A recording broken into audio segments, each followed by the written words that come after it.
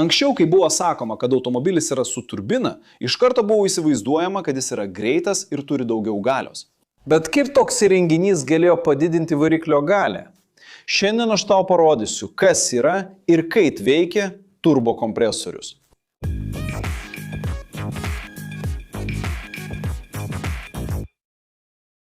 Sveiki, inžinerijos mamos! Šiandien pasinersime į komponentą, kuris daugeliu transporto priemonių yra našumo ir efektyvumo sinonimas – turbokompresorių. Ar kada nors susimastei, kaip tas mažesnis automobilis sugeba pasižymėti tokiu įspūdingu atsaku ir gale? Arba kaip kai kurie varikliai sugeba išvystyti daug galios, nors nėra milžiniški? Atsakymas dažnai slypi po variklio dangčiu. Tyliai, o kartais ir ne taip tyliai, dirbantis tam, kad paverstų išmetamąsias dujas. Pradėkime iš karto. Kas yra turbo? Iš esmės, turbo arba turbokompresorius yra mechaninis įrenginys, kurio pagrindinė užduotis priverstinai tiekti daugiau oro į variklį. Įsivaizduokite savo automobilio variklį kaip sportininką. Kuo daugiau deguonies jis gali įkvėpti, tuo daugiau energijos gali pagaminti. Tiesa? Su varikliu yra tas pats. Daugiau oro reiškia daugiau prieinamo deguonies, kuris leidžia sudeginti daugiau kuro, o daugiau sudeginto kuro reiškia didesnę galią. Bet kaip turbo sugeba įstumti daugiau oro į cilindrus, nei variklis gali natūraliai siurbti? Didžiausias turbo privalumas yra jos gebėjimas išnaudoti tai, kas kitu atveju būtų visiškai iššvaistyta – išmetamąsias dujas. Taip, tas karštas ir suslėgtas dujas, kurios išeina iš variklio. Após a combustão, kurios paprastai būtų tiesiog išmetamos per išmetimo vamzdį. Turbo surenka šias dujas ir priverčia jas dirbti. Įsivaizduokite, kad turite sodo žarną. Ir vietoj to, kad vanduo laisvai tekėtų, jūs nukreipiate jį taip, kad suktų mažą vandens ratą. Tai paprasta analogija, bet ji puikiai iliustruoja principą. Išmetamosios dujos, turinčios kinetinės ir šiluminės energijos, yra nukreipiamos į turbokompresoriaus dalį, vadinamą turbina.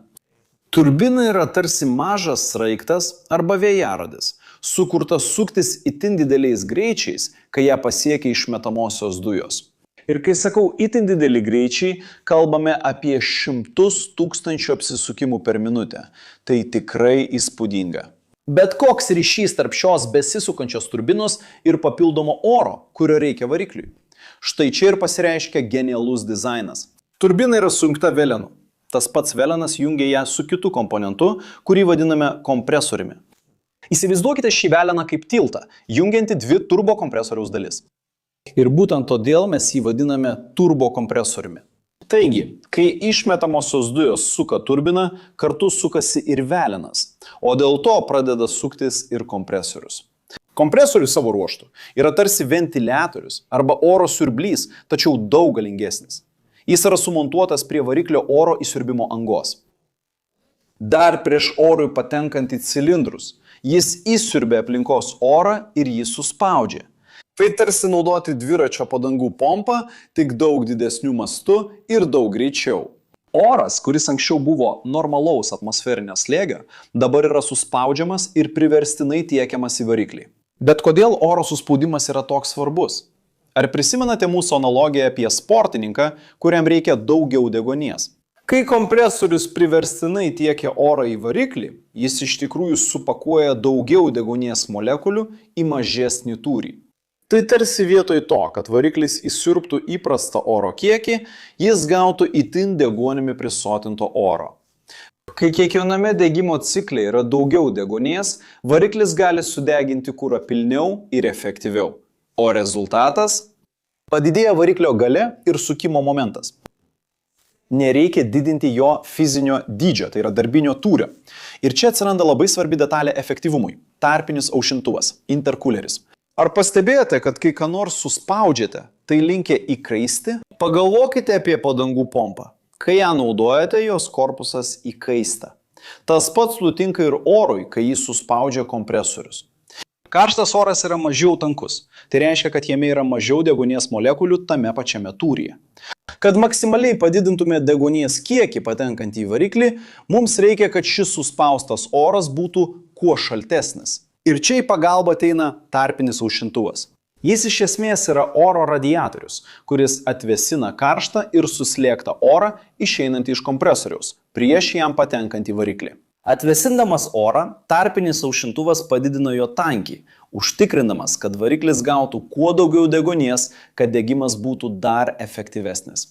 Mais potente e eficiente. Então, Apibendrinant ciklą, išmetamosios dujos, kurios kitu atveju būtų iššvaistytos, suka turbiną. Turbina sujungta velenu priverčia suktis kompresorių. Kompresorius įsiurbia ir suspaudžia aplinkos orą. Šis suspaustas ir įkaitęs oras keliauja per tarpinį aušintuvą, kad būtų atvėsintas. Ir galiausiai šaltas ir tankus oras siunčiamas į variklio cilindrus, kuris susimaišo su kuru stipresniam sprogimui, taip sukuriant daugiau deguonies. Tai nuolatinis ir sumanus energijos atgavimo ciklas. O kaip dėl to čiaudulio, kurį girdime? Ar tai turbo garsas? Iš tikrųjų ne.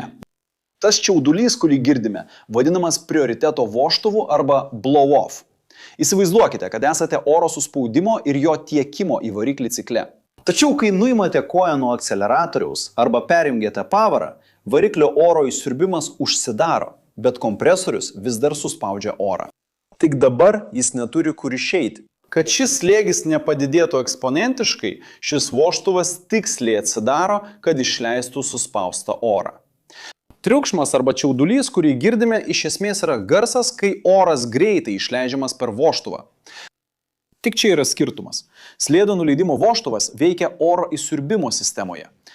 Tačiau turime ir kitą vožtuvą, skirtą išmetamųjų dujų kontroliai, kurį vadiname wastegate vožtuvu. Iš esmės jį reguliuoja išmetamųjų dujų slėgį, veikdama kaip aplinkelis, kai turbinoje susidaro per didelis slėgis. Taip jį reguliuoja turbinos greitį ir atitinkamai kompresoriaus sukuriamą slėgį, taip apsaugodama tiek turbiną, tiek patį variklį nuo gedimo. Dabar jūs galite klausti, ar yra kitas būdas priverstinai tiekti orą į variklį? Taip. Yra. Ir jis vadinamas mechaniniu kompresoriumi arba tiesiog kompresoriumi. Pagrindinis skirtumas tarp turbinos ir mechaninio kompresoriaus yra tas, kaip jie yra varomi. Kol turbina naudoja išmetamųjų dujų energiją, mechaninis kompresorius yra varomas tiesiogiai nuo variklio, dažniausiai diržu, prijungtų prie alkūninio veleno. Tai reiškia, kad mechaninis kompresorius atima šiek tiek variklio galios, kad veiktų, o turbina panaudoja energiją, kuri kitu atveju būtų prarasta. Dėl to turbina dažnai giriama už savo energijos efektyvumą, nes ji paverčia švaistomą energiją į našumo padidėjimą. Kalbant apie efektyvumą, svarbu paneigti vieną dažnai pasitaikantį mitą. Daugelis sieja turbiną tik su sportiniais ir didelio našumo automobiliais, kurie sunaudoja daug degalų. Tačiau įprastomis važiavimo sąlygomis šiuolaikiniai varikliai su turbokompresoriumi gali būti stebėtinai efektyvesni degalų sąnaudų atžvilgiu nei jų atmosferiniai atitikmenys. Taip yra todėl, kad turbina leidžia gamintojams naudoti mažesnius variklius su mažesniu darbiniu turiu, kad būtų pasiekta tokia pati galia kaip ir didesnio atmosferinio variklio. Mažesnis variklis, kai nereikia didelės galios, sunaudoja mažiau degalų. Turbina įsijungia, kai jums reikia papildomos galios. Tačiau kasdienėje eksploatacijoje ji gali padėti sutaupyti degalų. Iš tikrųjų, daugelis automobilių gamintojų, norėdami padidinti galią, nedidindami teršalų emisijos, renkasi projektuoti savo automobilius su turbokompresoriais. Tai technologija, kuri iš tikrųjų demokratizavo prieigą prie tokio našumo lygio, kuris anksčiau buvo prieinamas tik didelės talpos varikliams. Inžinerija slypinti už turbokompresoriaus yra puikus pavyzdys, kaip galime optimizuoti išteklius ir paversti tai, kas būtų šalutinis produktas, vertingų energijos šaltiniu. Taigi, kitą kartą, kai išgirsite būdingą turbokompresoriaus švilpimą arba pajusite tą papildomą trauką automobilyje, žinokite, kad tai nėra magija, o išmani inžinerija, dirbanti tam, kad išnaudotų kiekvieną energijos gramą.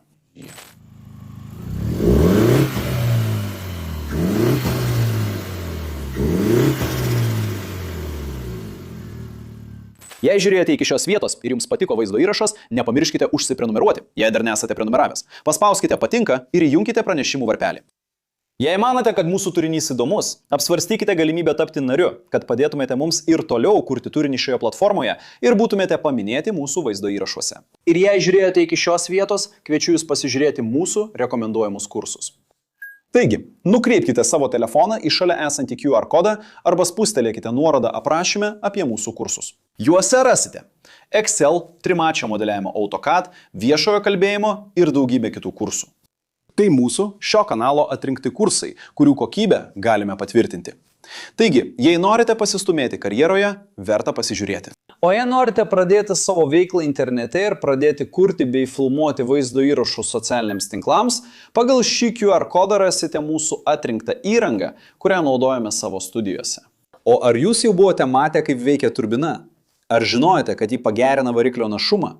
Gal turite automobilį su turbina?